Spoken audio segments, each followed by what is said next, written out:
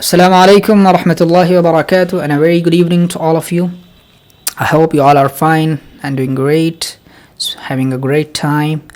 So let's start today's lesson. We are studying how to talk to anybody, and the page is 136, and today we are going to study trick number 30, how to avoid sounding like a jerk.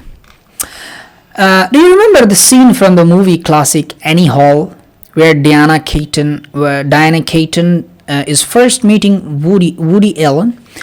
As she is chatting with him, we hear her private thought. She is musing to herself, "Oh, I hope he's not a jerk like all the others." One of the quickest ways to make a big winner think you are, well, a jerk, is to use a cliche. If you are chatting with a top communicator and even innocently remark, "Yes, I was tired as a dog," or "She was cute as a button," you have unknowingly laid a linguistic bomb. Okay, so big winners silently moan when they hear someone mouth a trite, overworn phrase. Trite. What is this? Just let us see this word.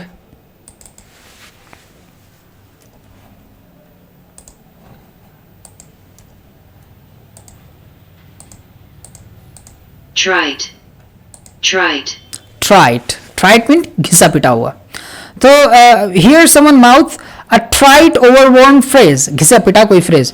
Oh sure, just like the rest of us, big winners find themselves feeling fit as a fiddle, happy as a lark, or high as a kite. So fit as a fiddle. Okay.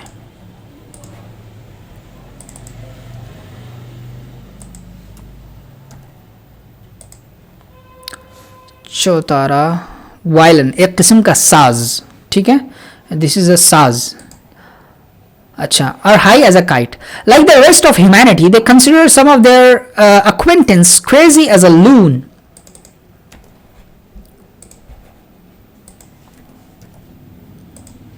बेकार शख्स, ठीक है. So they consider themselves crazy. Some of their acquaintances crazy as a loon. Mutty as fruitcake. Mutty. There are so many words today that are new. अखरोट से मुतालिक मजनून पागल. So mutty as fruitcake or blind as bat. Because many of them work hard. Many of them are as busy as bee and get rich as Croesus. So yet, would any of them describe themselves in those words? Not in a coon's age? Why? Because when a big winner hears your cliche, you might as well be saying, "My powers of imagination are impoverished. I can't think of anything originally to say, so I must fall back on the trite, overworn phrases."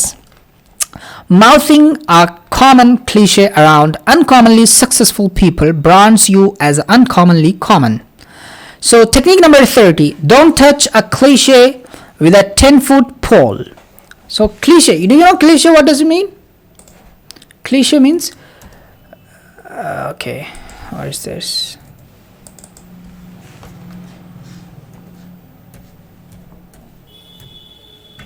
So this is cliche.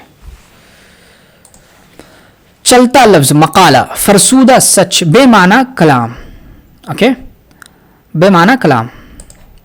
So don't touch a cliche with a 10-foot pole. Be on guard. Don't use any cliche when chatting with big winners. Don't even touch one with a 10-foot pole. Never. Not even when hell freezes over. Not unless you want to sound dumb as a doorknob. Okay? Instead of cuffing up a cliche, roll your own clever phrases by using the next technique. So the next technique is how to use motivational speakers technique to enhance your conversation. So this is trick number 31. They say the pen is mightier than the sword. It is, but the tongue is even mightier than the pen. Our tongue can bring crowds to laughter, to tears, and often to their feet in shouting appreciation. Orators have moved nations to war or brought lost souls to God. And what is their equipment? the same eyes, ears, hands, legs, arms, and vocal cords you and I have. Okay, so perhaps a professional athlete has a stronger body, or a professional singer is blessed with a more beautiful singing voice than the one we were doled out. But the professional speaker starts out with the same equipment we all have. The difference is these Joe Smiths use it all. They use their hands, they use their bodies, they use a specific gesture with heavy impact. They think about the space they are talking in. They employ many different tones of voice. They invoke various expressions. They vary the speed with which they speak, and they make effective use of silence.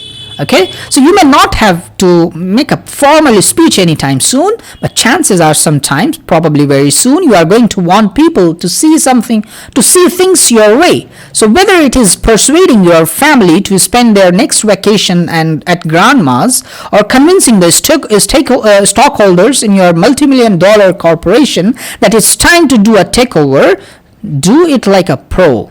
Get a book or two on a public speaking and learn some of the trick of the trade. Then put some of the drama into your everyday conversation, a gem for every occasion. If studying words help make your point, ponder the impact of powerful phrases. They have helped politicians get elected. Read my lips, no new taxes, and defendant get acquitted.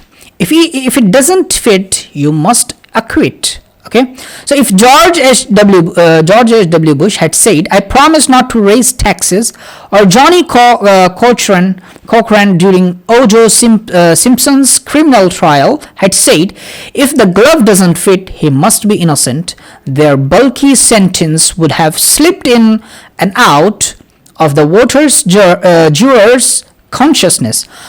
As every politician and trial lawyer knows, neat phrases make powerful weapons. If you are not careful, your enemies later use them against you. Read my lips. One of my favorite speakers is a radio broadcast named Barry Farber, who brightens up late night radio with sparkling smiles. Barry would never use a cliche like nervous as a cat on a hot tin roof. He would describe being nervous about losing his job as I felt like an elephant dangling over a cliff with his tail tied to a daisy. Instead of saying he looked a pretty woman, he would say my eyeball popped up and dangled by the optic nerve. When I first met him, I asked Mr. Farber, how do you come up with these phrases? Mr. Daddy is Mr. Farber. My daddy is Mr. Farber. I am Barry. He chided. His way of saying, call me Barry. He then candidly admitted, although some of his phrases are original, many are borrowed. Elvis Presley used to say, my daddy is Mr. Presley, call me Elvis. Like all professional speakers, Barry spent several hours a week gleaning through books of quotation and humor. All professional speakers do. They collect bon mots they can use in a variety of situations, most especially to scrape egg off their faces when something unexpected happens. Many speakers use authors and speaker's agent Lily Walters' face-saver line from her book, What to Say When You Are Dying on the Platform. If you tell a joke and no one laughs, try that joke was designed to get a silent laugh, and it worked. If the microphone lets out an organizing howl, look at and say, I don't understand. I brushed my teeth this morning. If someone asks you a question you don't want to answer, could you save that question until I am finished and well on my way home? All pros think of holes they might fall into and then memorize great escape lines. You can do the same. Look through books of smiling to enrich your day-to-day conversation. Instead of happy as a lark, try happy as lottery winner or happy as a baby with its first ice cream cone. Instead of bald as an eagle, try bald as a new marine or bald as a bullfrog's belly. Instead of quiet as a mouse, try quiet as an eel swimming in oil, or quiet as a fly lighting on a feather duster.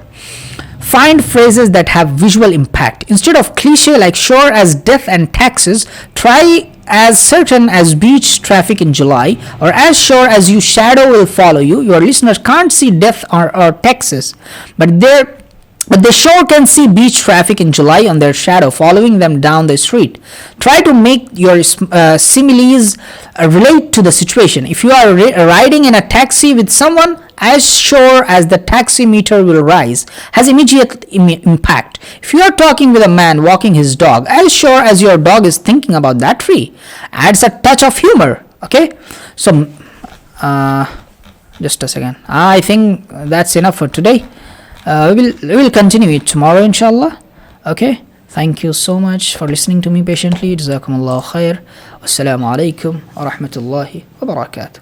And please, share it with others and subscribe my channel if you want, so that you could, and press the bell icon so that you could get updated whenever we upload a video.